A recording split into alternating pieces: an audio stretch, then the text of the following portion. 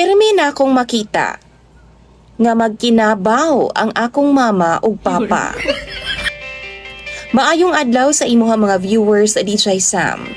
Sa imuha, ug daghan pod kaayong salamat daan na sa inyong mga tambag ug galing man mapansin ug mabasa ninimo ang akong i-chat sa imuha. 15 anyos pa lang ko DJ Sam ug mag-grade 9 ko karong pasukan. Bata pa ko pero pang adult na niya ang akong problema.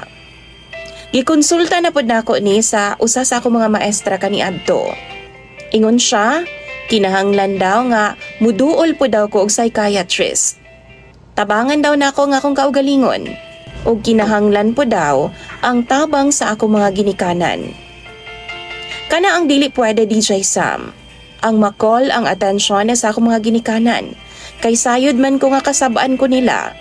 Bisan pa ug sila ang hinungdan nganong nahitabo ni sa kuha karon. Bata pa lang ko, tapad naming mga tulog. Sila mama, papa, akong mga igsuon ug ako.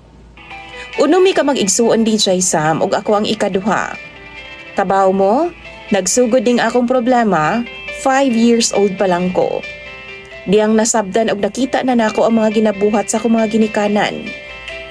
Mabantayan ako ug masaksihan gyud nako mismo ang pagbuhat nilag milagro. Ginahulat nila nga mga tugming tanan DJ Sam. Tapos, saka sila maglayog duha. Pero mapansin jud nako sila DJ Sam. Ilahang mga galawan ug bisan ungol sa akong mga ginikanan. Kay naaraman sila skilid namo, naara sa among higdaanan. Tapos maklaro baya DJ Sam. Kay klaro man kaayo ang hayag gikan sa suga sa among mga silingan. Mag-anam-anam og kahayag ang among palibot.